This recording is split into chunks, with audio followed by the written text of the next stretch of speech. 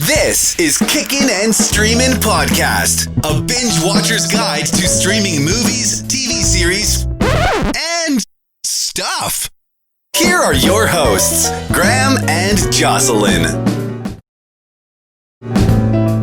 Hello, everyone, and welcome to another episode of Kickin' and Streamin' Podcast. My name is Graham, and today, accompanying me as usual, is the very fantastic Jojo in the house. I don't know why I feel like saying in the house, but she is in the house. Here's Jojo. Howdy do. I'm in a house. I don't know if I'm in the house. I'm in a house. I'm still trying to look to get at the origin of in the house. Why in the house? Can it be in the farm? Can it be like what? Why in the house? I mean, it's just in the car. It's Jojo in the car.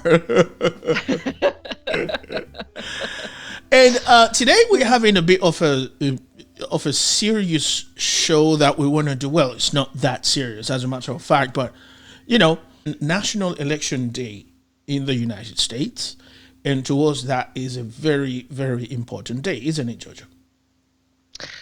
In the United States, it's especially this year, it is all anybody can talk or think about, I think. unless you happen to be living under a rock. I think even people who don't participate are very interested and want to know about what's going on. Absolutely. And that's exactly the point. Contrary to other countries, in the United States, National Voting Day is not a holiday. Which is, I think, is the only country, at least I've lived, where that's not the case. So you get to go to work and everything, and still you're supposed to go vote. How is that, Jojo? Yeah, I think in a country that supposedly prides itself on the right to vote and democracy and all that good stuff, to not make it so that people can perform their civic duty if they want to, easily without the stress of work and all that stuff is just absolutely insane to me. I think that everything should be closed. Right. I mean, I'm talking even retail. I feel like it's a day that everything should be closed. I'm 100% with you, because like, think about it this way, right? And my favorite holiday since I've moved here has been Thanksgiving. It's like one of the non-religious holidays and non-patriotic holidays, and not that I'm not, I'm anti-patriotic. I just feel like people misconstrued patriotism for my country is the best and it does no wrong, and that's not patriotism to me. So I'm a bit iffy around patriotic holidays. So Thanksgiving is my shit. Thanksgiving is my thing, right? But I find it weird that we take a holiday to give thanks to whatever, to be grateful for whatever. Whereas when there's an election, which is perhaps all the time in every single election, the greatest decision a person with that responsibility can make, you get to go to work, have a terrible day at work, get pissed off at some asshole, and still manage to, if you can make it before 7, 8, or 9 p.m., right, make it to the polls. And I think Chris Rock said something like, it's all designed to discourage you from voting, I suppose, isn't it? Because it's on a Tuesday in the middle of the winter, isn't it? And it's not a holiday.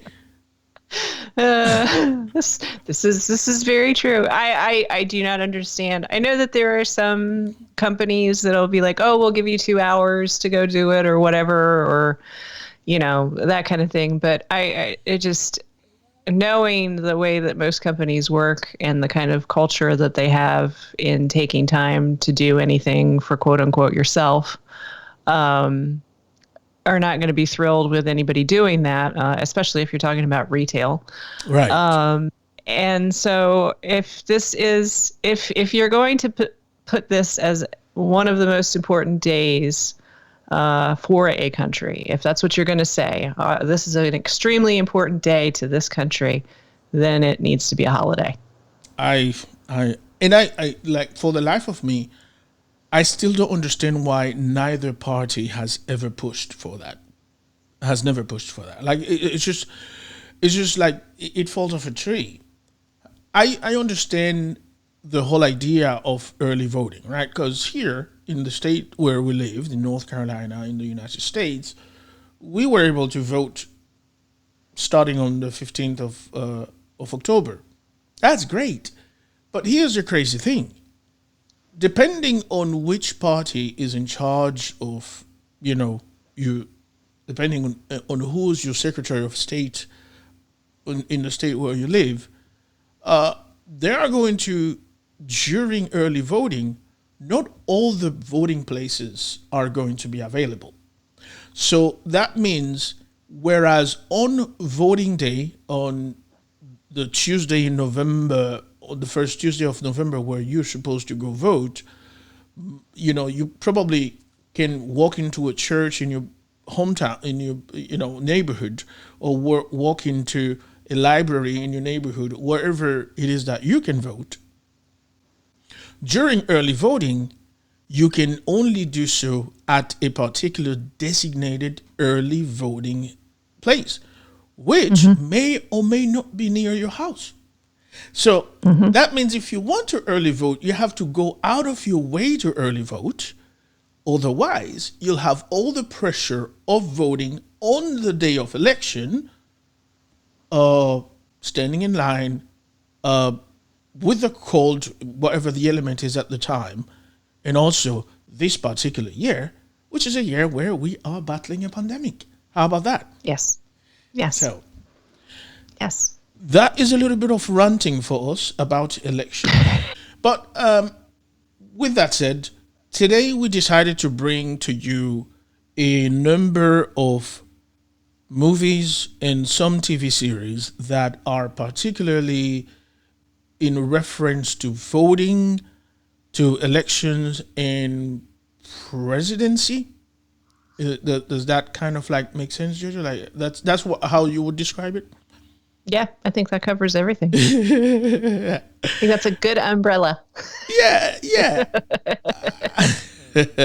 We probably don't pay attention to it as much, but there's quite a few movies and TV series that come out, and they look into movies, TV series, and documentaries that come out, and they look and refer into our politics, except that if you're not into that, you probably will just watch it as just another movie.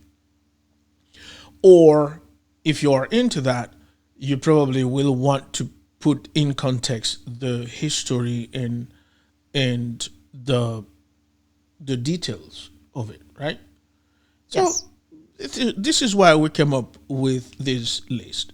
That being said, I think some of these movies in this list are going to be, fiction, but some of it also, especially the documentaries, are based on real life situations that are part of our history of elections, right?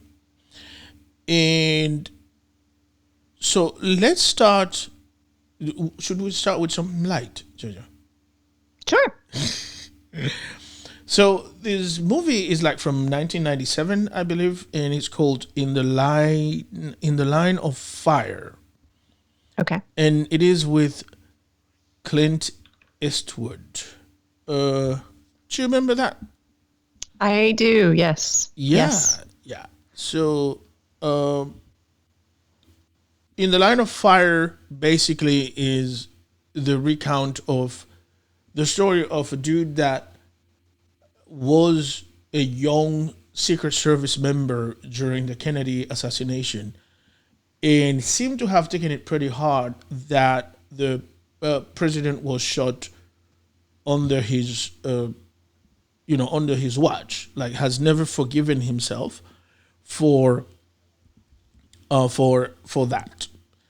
And so now in present day of whenever it is, he is still a member of the Secret Service, and he is hell bent, of course, on protecting the current president that he's serving from being from an assassination attempt. Did I Yes. get that right, Jojo? Yep. I think. Absolutely. Yeah. Absolutely. Yep. So, is this a movie you've seen before?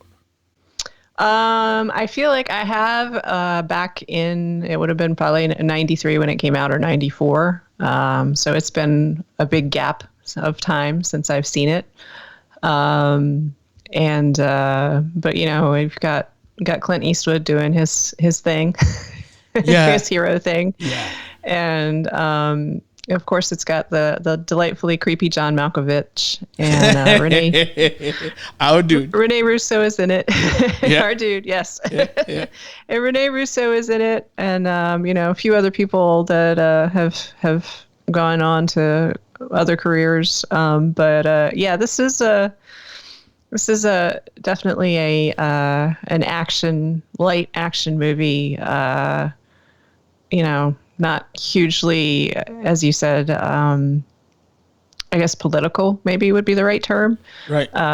It's about, America. God, yeah. Yeah, I'm with you. I think this is a movie to watch because, the Secret Service is sort of like secretive, really, in the sense that chances are you'll never meet a Secret Service agent, right? It's a very small elite group.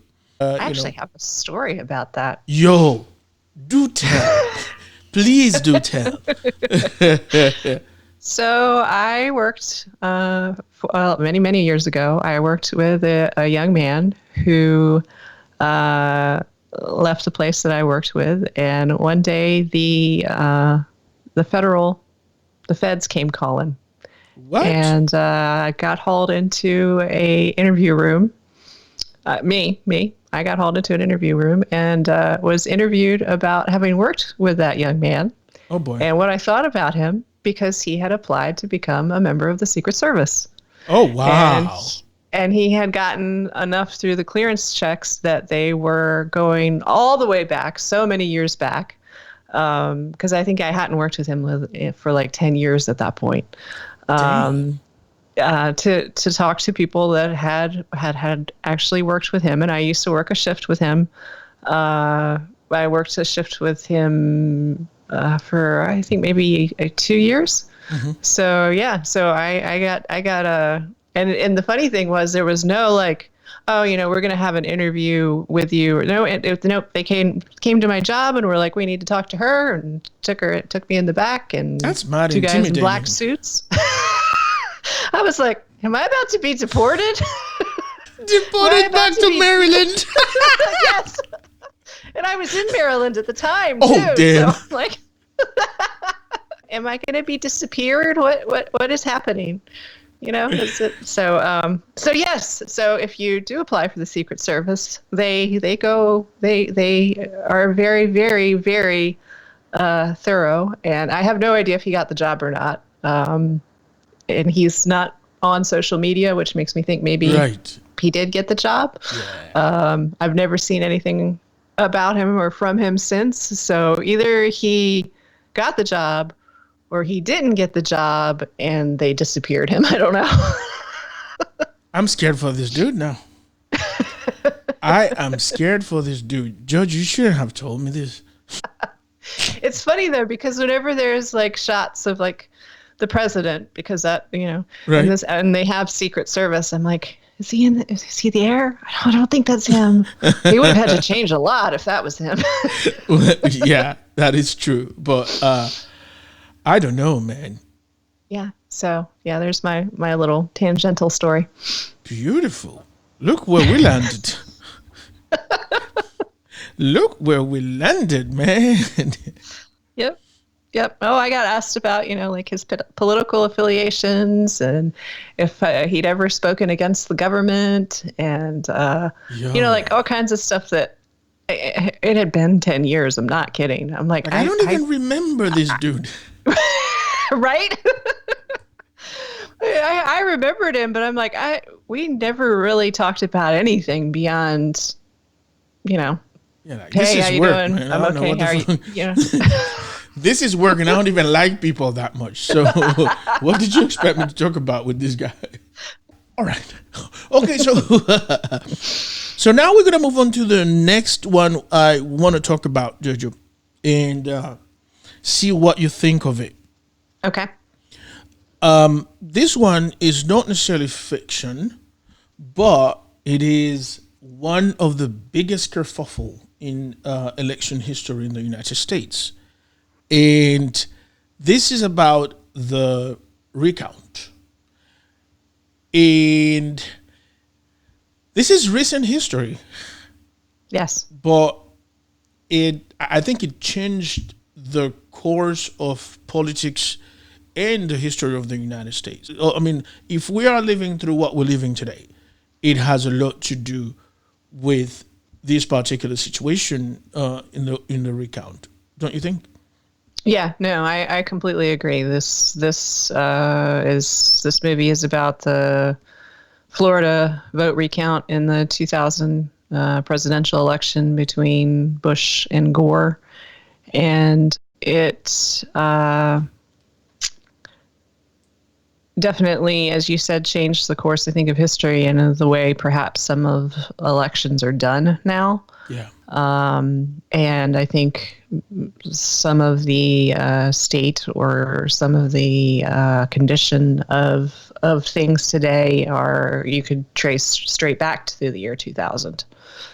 So, how would you synopsize this to our viewers? Like, so why was a recount necessary in Florida, and why do you think this went all the way to the Supreme Court?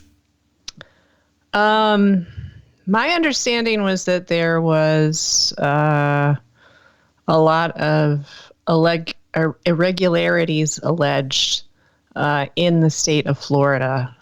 They were using a paper ballot system, and there was the whole hanging chad, where the paper systems were possibly counting, because it was like a paper that was being run through a machine, and the machine was possibly counting things incorrectly because of the way the mechanics of the machine were. So they were hand counting everything, and then there was an issue about the people who were hand counting the ballots were of one political party and perhaps were being unethical with the way they were counting them. And so it was just, there was so many strange and weird stuff that was going on. It got to the point where it was like, we need the Supreme Court to settle this because there's so much infighting and fuss about this. We just need somebody else to fix it. Yeah. And I appreciate that you took, you took the bait and explained that, because I didn't live in the United States at the time. And no amount of movies or articles that I've read will clarify that for me, because, again, our election system is so weird that you go to the polls and vote, but the state where you vote depends on a certain amount of electoral college votes in order for those votes to go to the candidate that you vote for. The determination of whether or not your candidate wins depends definitely more on how many electoral college votes they can amass. The problem is that the political system of the United States is almost as if we were 50 smaller countries living under the same umbrella, meaning that each state have their own constitution have their own Senate, have their own House of Representatives, and have their own laws. And so there are moments in which federal laws, which means laws of the United States as a whole, converge or collapse with laws of any particular state. So it's important to understand that. And I don't want to make this boring for you folks, but there are some states where whoever wins the popular vote may be a winner take all, right? Meaning that they get all the electoral votes available on that state, whereas some other states is not necessarily like that. And I think that's what makes Florida so important to win for whoever needs to win the United States presidency. Does that confuse everybody? And then there's also the case of you can have a majority win in the popular sense, but if the electoral college, if there's not enough votes in the electoral college, then the entire state doesn't count. Exactly. So the whole state could win. I mean, the whole state could vote. Theoretically, the whole state could vote for a particular candidate. But if this one electoral college votes for the other candidate, even though the rest of the state says, okay, we want Gore to win, if this one electoral college says, no, we want Bush to win, then Bush wins the whole state. Right. Which is essentially what happened in the year 2000.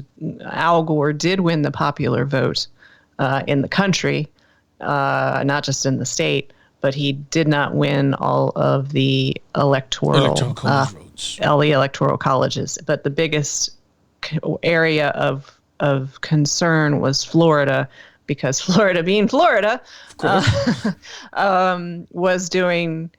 I don't know that it's ever been completely resolved as to how shady they were being.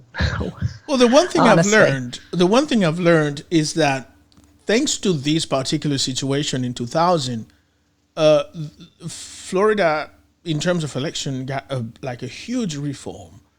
Yeah. And they've been very well behaved. And in fact, they are one of the first states to finish counting since then.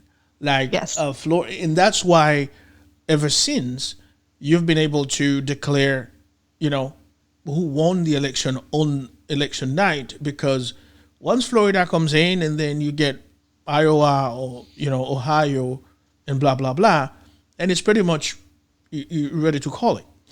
It's a slightly unfair system that if you want to know what it's based on, why we still have such an antiquated system, boy, do I have a podcast for you.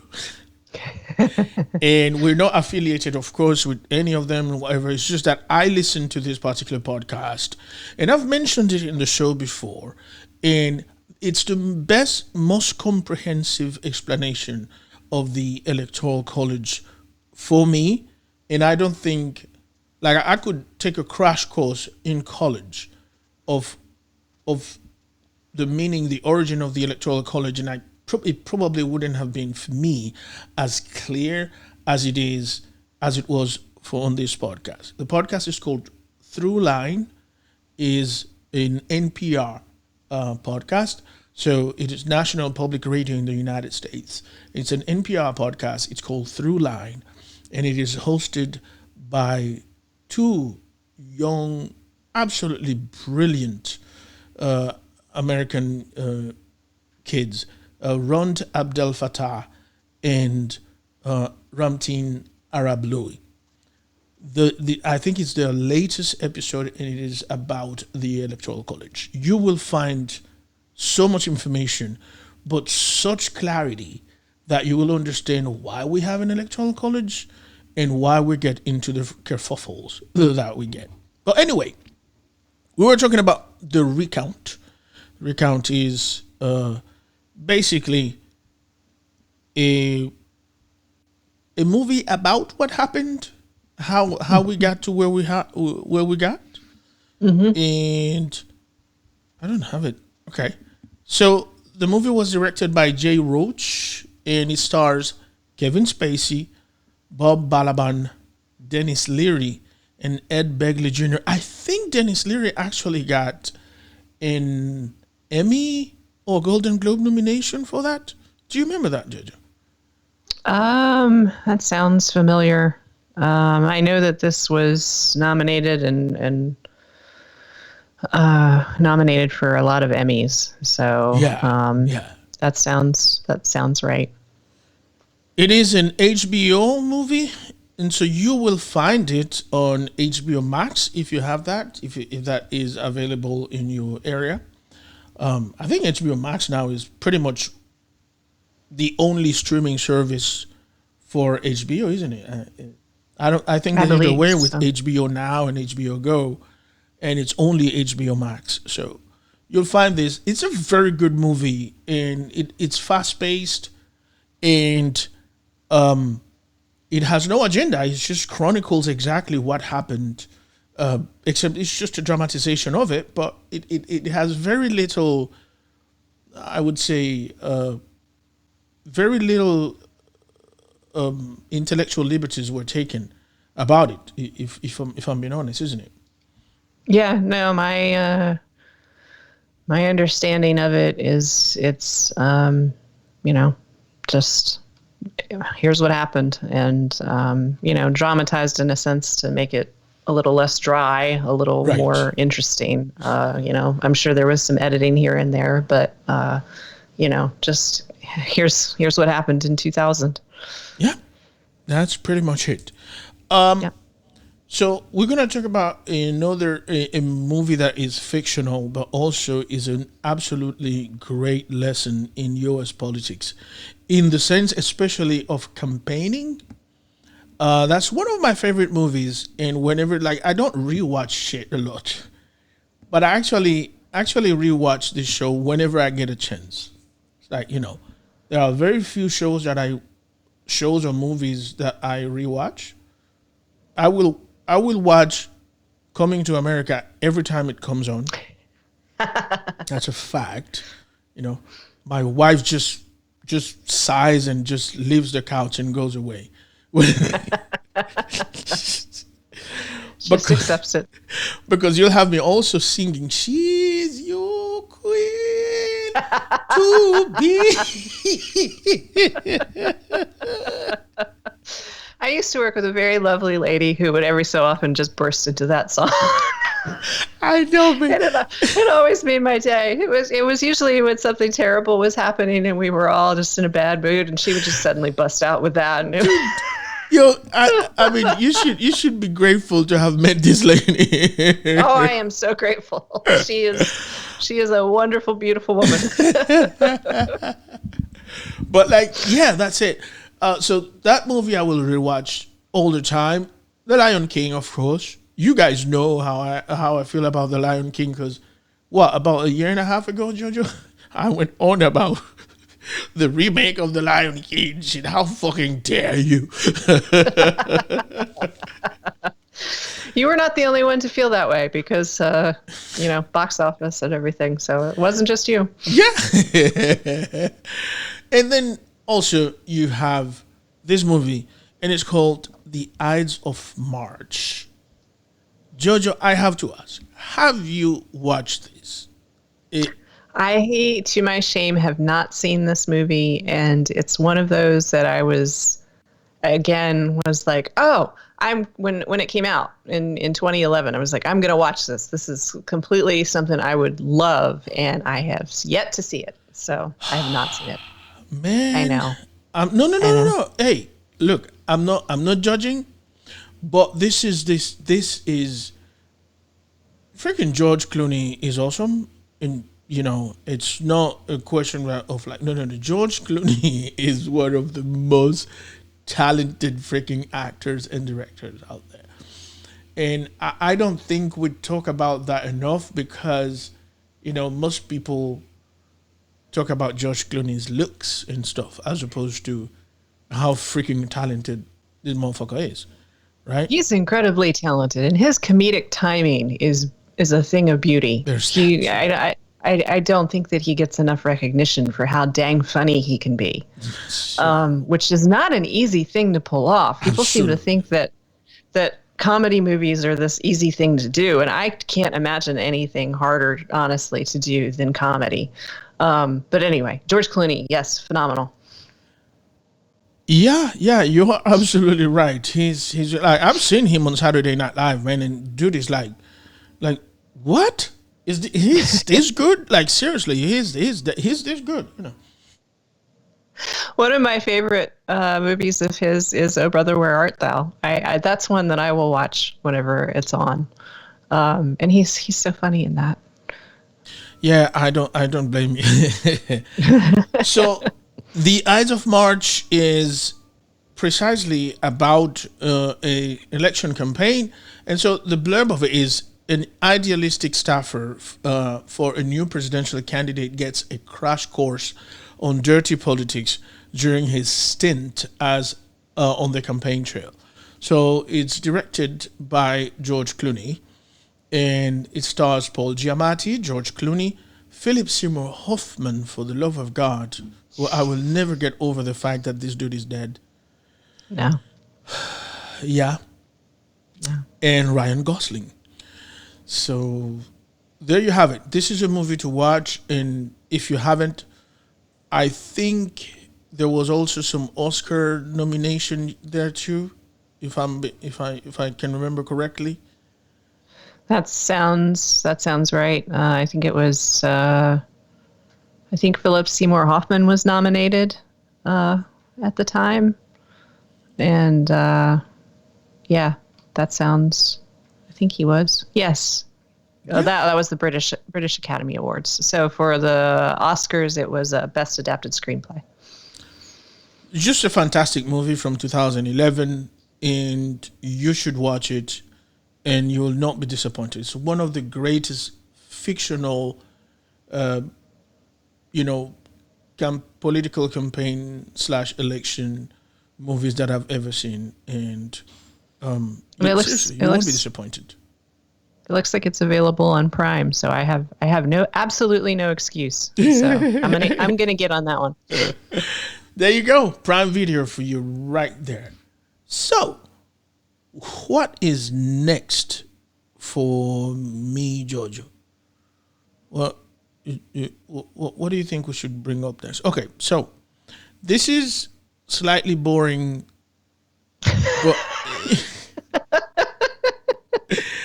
this is gonna be slightly boring, but you probably will need to watch this too. It's called The Great Hack, and if you have followed politics of the United States, if you live in the United States, then you will know what we're talking about. But if you don't know what we're talking about, do not despair, because this is very easy to get to. You will know that 2016 elections that got us, Donald Trump as president, has been marred with some allegations of Russian interference. And basically, there was a company involved in sort of like harvesting information from the electorate, not necessarily by official means, but rather through social media. And somehow they managed to get the company named Cambridge Analytica managed to get Facebook to give them access to all of our information. See, whoever is on Facebook, in order to determine the political leanings of people on Facebook and target them. And that's obviously paid by Russia, orchestrated in Russia, to target people with misinformation to either deter you from voting or get you to vote for Donald Trump. So this movie explores, The Great Hack explores how this entire thing came about. Because of course, when investigation started by the United States House of Representatives and the Senate, Zuckerberg come back and say, I didn't have anything to do with that. I don't know. Maybe we made a mistake, but Wasn't me. Yeah, he's never to blame for shit. It's a shaggy defense. Wasn't me. I wasn't there. It wasn't me. So that's pretty much it. But it's a very interesting movie, and it has some people in it. It's on Netflix. You can find it. It's a documentary, and it has some people in it that you've never heard of. But don't let that deter you. This is good stuff, and it's recent history, but it will shed light on some details that to me, are slightly murky, right? So yeah. Yeah. I remember when this story broke, and I did a lot of reading about it, about Cambridge Analytical, and all of the stuff that they did, how they were involved with Ted Cruz's campaign, they were involved in Brexit, and the very, very, very shady and almost Orwellian ideas and things that were going on with social media, and how brainwashed people can become with social media. And I'm sounding a little conspiracy theorist here, but it's terrifying, and it's important, I think, to watch this sort of thing to get it in the sort of concept, or the sort of way that we can understand it. Because I think a lot of people are like, data, it's just ones and zeros, I don't understand. Right. Which is fine. We're not computer analysts, most of us. But to get something in front of you so you can actually understand how this is done and how it's used and why they do it, is just, it's very, very important. It's important to know how the time that you're spending on social media, because nothing's free. Right. If someone is supplying you with a product for free, you're paying for it with your information. One way or another. And yes. One way or another, you're paying for it. So if the product's free, you're the product. So this is I'm sorry. very good. So get back. Repeat that for me. Come on. I loved it. If the product is free. If the product is free, you're the product. Man, Jojo. See? It's been a few days since you dropped, one of those absolutely fantastic wisdom stuff on me. And I was missing that. And you came back stronger, Jojo. I love you. Please continue. Anyway, this goes into that, and there's lots of other documentaries that will go into the social media aspect and the data mining and that sort of thing. But this is a great one that is specifically politically or election oriented, and I think something important for people to educate themselves about. Yes. And, no matter how you're planning on voting or not voting, it's important to know about this stuff. Right. Okay. I think one of the things that we fail to understand is that, political campaigns, or campaigns of any kind, whether it's, what kind of cookies you should buy, or what kind of, soda you should drink, or whatever. All of that is designed to brainwash, to control your mind to a certain extent. That is that's something we've learned to live with. Yes. The problem is when you are controlled when you are manipulated through misinformation, through disinformation.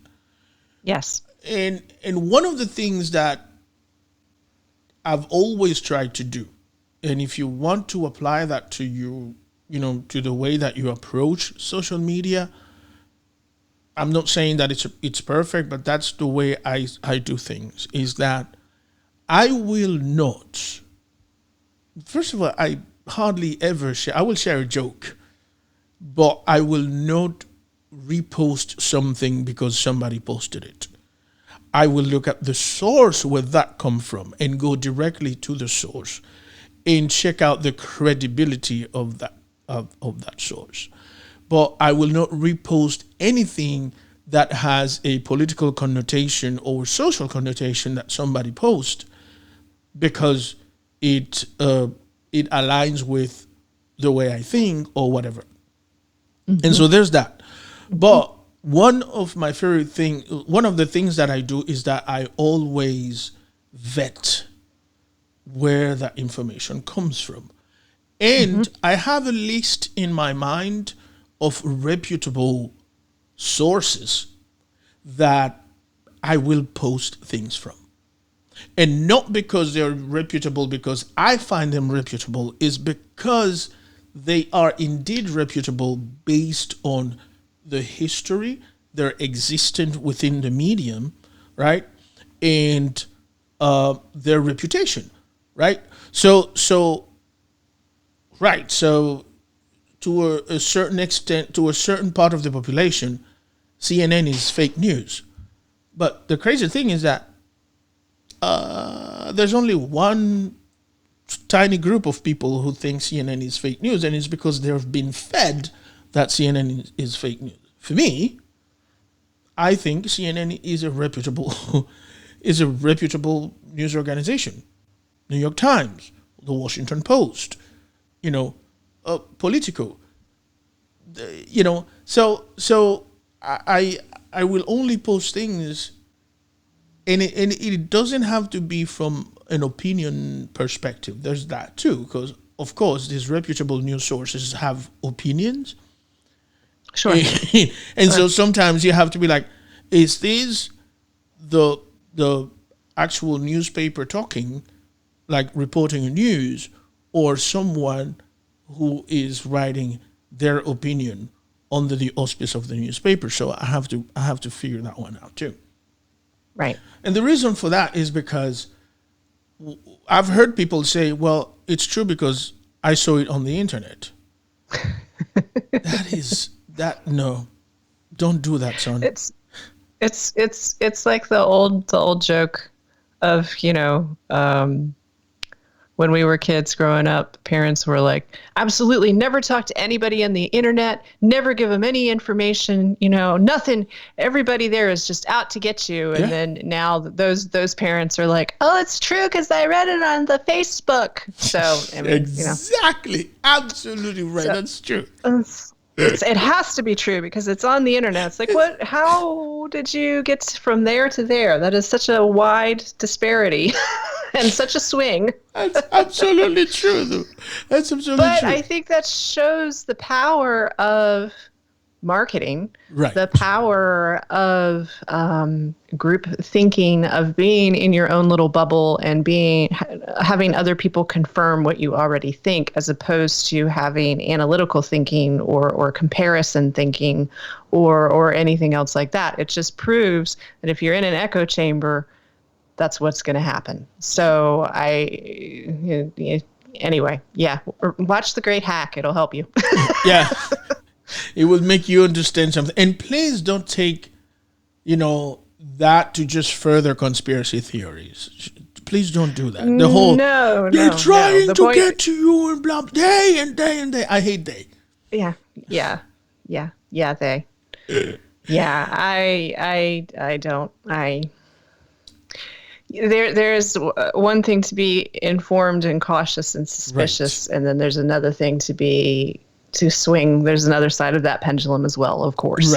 Right. So you have to try to find the balance, and it's very difficult to do in this world when there is such a barrage of information from all sides, not left or right. You have information from left, right, up, down, everywhere, which way around you. We have so much information to have to parse, and our brain has to make split-second decisions as to this is important, this isn't important, this is true, this is not true. Right. That we just have to take a moment to take a breath and go, okay, I read this, what's the source? Right. Or is this source any good? That sort of thing. But again, it is difficult in this world to not swing with the pendulum one way or another, but you have to try. It's an important part of our humanity to try. And you know what? For some reason, part of this discussion brings back some things that you've said about your father. To me, is that your dad, even when he was reading a novel, he was fact checking the fucking novel too. He was. When he was reading fiction, he's like, "Yeah, let me find out if this is true." You know. He did, and I actually was thinking of him when we first started talking about this particular movie. But my husband said that the best advice he's ever gotten in his entire life was from my father, when he said, "Consider the source." Consider the source. Consider the source, and to take that in every aspect of your life, whether it's a Sherlock Holmes novel or something as important as, the news about a tornado is coming. Yeah. For example, Yeah. If it's Henny Penny down the street who's screaming the sky is falling, perhaps you don't take that as seriously as you would the National Weather Service saying, "Hey, there's a tornado heading for your house." That's Exactly. a silly example, but that is the idea, is to consider the source. What do I think of? What do I think of this person who's telling me this? We could start with that. This person who's giving me this information, what do I think of them? Do I respect them? Do I think they have some intelligence? Have they given me good information in the past? Exactly.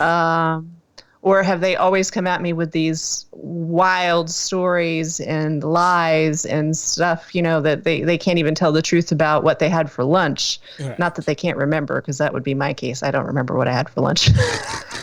But, like they're telling you, "Oh, I had filet mignon for lunch," and, they had peanut butter and jelly, that kind of thing. Yeah. Is it from that point all the way up to, is this the Washington Post or is this the National Enquirer? Exactly. Is this a peer-reviewed translation of this particular version of a great Greek work, or is this something that the guy down the street who learned Latin on a weekend course what's that word? I can't think of the word, but it's important to consider the source. Yeah. Absolutely. Translated. That's the word. Translated. Absolutely.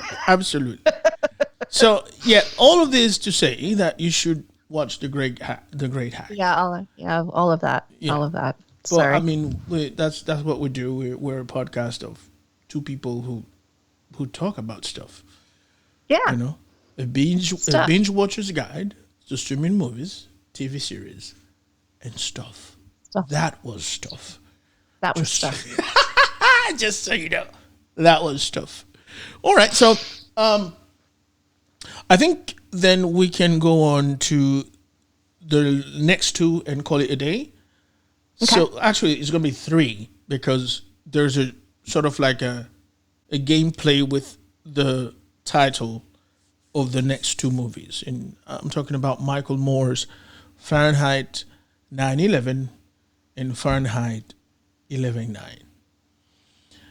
Michael Moore is one of the most respected filmmakers in America. And if you are one who judge people by the way they look, and you've never heard of Michael Moore before, you probably will be shocked, and you probably will be asking yourself, "What? This guy?" But seriously, Michael Moore is a national treasure. He's beloved by some, he's hated by some, but the fact of the matter is, Michael Moore is a freaking brilliant, absolutely brilliant filmmaker. And the most important thing I find is that Michael Moore understands the American psyche. And he understands the American working class better than the American working class understands itself. Am I exaggerating, Jojo? No, Michael Moore is from Flint, Michigan, which, if you've been paying any attention to the news, you certainly know about Flint, Michigan, and all of the woes and the problems that are going on, and the fundamental structural problems that are going on in Michigan and Flint. So I think growing up with that, because even though it's just recently made the news, these problems with Flint have been going on for decades and decades. Growing up with that, I think, is probably something that made him realize that he had this talent and he wanted to use it to speak on behalf of those that perhaps could not. And the first time I was ever really introduced to any of Michael Moore's works was with Bowling for Columbine, which was 2002. And that was the movie about the Columbine High School massacre in 99. And talking about how intrinsically gun love is tied up with the American psyche. And Michael Moore is incredibly talented at bringing things that some may find very uncomfortable to discuss to a discussable point, to the point that you can talk with other people about them, and makes it accessible and intelligent. Yeah. You're good, Jojo? I am? Yeah. I didn't hear you, so I was like, did we lose the call? Oh, no. I'm just like basking in all you were saying here. You know what I mean? I'm just basking. Like I love it. I love it. It's a perfect, summation of who Michael Moore is. But all of this is to say that you need to watch, if you've never watched anything by Michael Moore, you probably should get yourself on that. It will help you understand America. It will help you understand Americans. It will help you understand the American political system. And those who don't like Michael Moore will tell you that he is a liberal. Those who like Michael Moore will tell you that he is a leftist rebel type of dude. But I think Michael Moore documentaries show you these faces of America, and it will aggrandize your perspective of what we think of each other and how we view each other, how easily we come together in some of the most important moments in the history of this country. And then we go back to being shit to each other. So very dysfunctional family. Exactly. Fahrenheit 9/11, Fahrenheit 11/9. One is, of course, about how we were duped to go into Iraq and how all of the shit that ended up getting us disgusted with the 8 years of George W. Bush government. And the latter, Fahrenheit 11/9, talks a little bit about 3 days into having learned that our new president in 2016 was going to be Donald J. Trump. So, what follows through? So watch that, and then come back to me.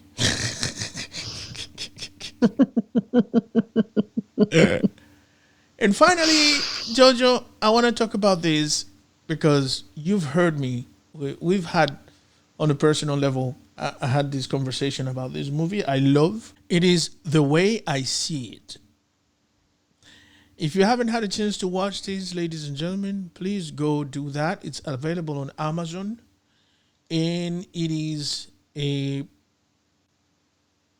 chronicle of former White House photographer Pete Souza, how he shows you through his lens his years as the official White House photographer, both for President Reagan on his first round go around in the White House as White House photographer, and then he's come back to be President Obama's White House photographer, and he narrates his own thing, and it is a beautiful thing to see.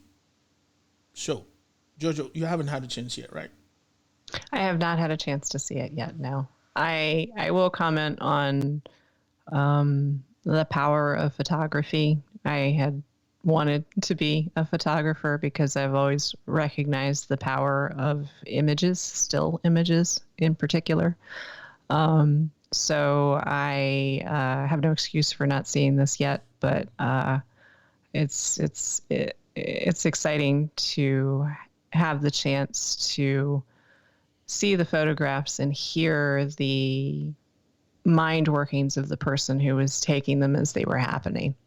I've always been interested in that story, in what the photographer was thinking when they took the photograph. And so I need to get on the whatever box and watch it. And I think one of the greatest things about Pete Souza's documentary is the fact that, for a photographer, he's a very eloquent dude when it comes to using words, because you know how artists can be, right? Yes. We've seen great writers who are absolutely shit interviews. Yes, very very inarticulate when it comes to the spoken word, but right. We've seen actors who are absolute crap in terms of communicating. Yes. That's some artists just don't get to have all the bangs.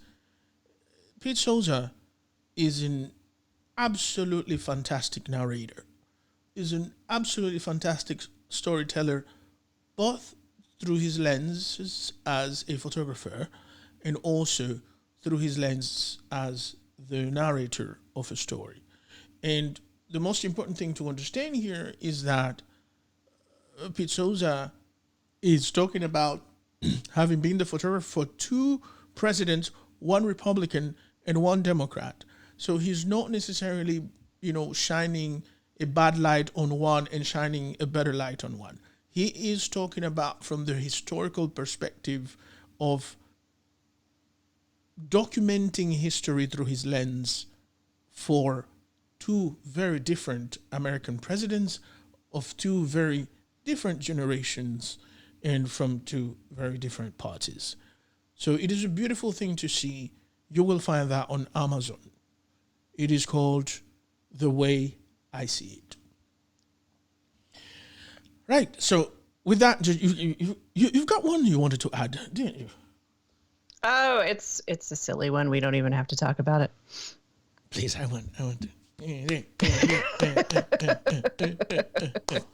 It's a very, very silly movie. It's from 1993. It's very light fare. It was something that I actually a few weeks ago was like, I wonder if Alec Baldwin is going to be getting a call soon. The movie is called Dave, and it stars the beautiful and talented Kevin Kline, who I adore, and Sigourney Weaver. And it is the story of a presidential impersonator accidentally becoming president when the president dies. Yes, I remember that one. I do remember that one. I know that's a classic, isn't it? It's from 1993. It's the same year as the Clint Eastwood movie that we talked about. Yes. It's totally light. It's adorable. It's a fun movie. And if something gets you down in the coming days or hours. Just something, a fun little escapism. It has one of my favorite little sing songs in a movie, which is "He's got the power, that's why he's in the shower." So, Okay. That's a beautiful take on "Hail to the Chief," Annie. yeah, isn't it great? So anyway, so that's my little cute funny one. It's just an adorable movie, and you can watch it on HBO Max. All right then, Dave on HBO Max. I'm gonna go watch this because like it used to be one of my favorites. Like I remember there was a channel in the Dominican Republic that had like these movie marathons on Sunday, starting at noon to like 8 p.m. So you would get like maybe 4 movies, a bunch of commercials, sometimes 3 only. And I remember that Dumb and Dumber, Dave, Free Willy, those movies were like, almost featured almost every month, whenever they didn't find something else to put on. So yeah, I remember Dave, and I will give it a look. Thank you for bringing that one on. So the other thing we can tell you is that you will find us on every single social media platform except LinkedIn. So we are Kicking and Streaming Podcast, and you will find us on Instagram, Facebook. We have a Facebook group where you can go to. The conversation in there is absolutely great. We do need more folks, but it's happening. It is happening. On Twitter, we are Kicking and Streaming Podcast, or Kicking and Streaming. And you will find Jocelyn on Instagram as Jocelyn Podcast. That's Jojo right there. And me, you will find me on Twitter and on Instagram as Mr. Puzzetta, MRPUZZETTA. So MRPUZZETTA. Jocelyn Podcast, MRPUZZETTA. So thank you very much, everyone. It's a wrap. Thanks. Bye. Thank you for listening to Kicking and Streaming Podcast. If you found value in our content, please subscribe and share. We would also be delighted to hear what you think of this podcast. So please rate us by writing a quick review on Apple Podcasts or your favorite podcast platform. Follow us on all major social media platforms such as Facebook, Instagram, Twitter, and Pinterest. Join the conversation happening today on our Facebook group.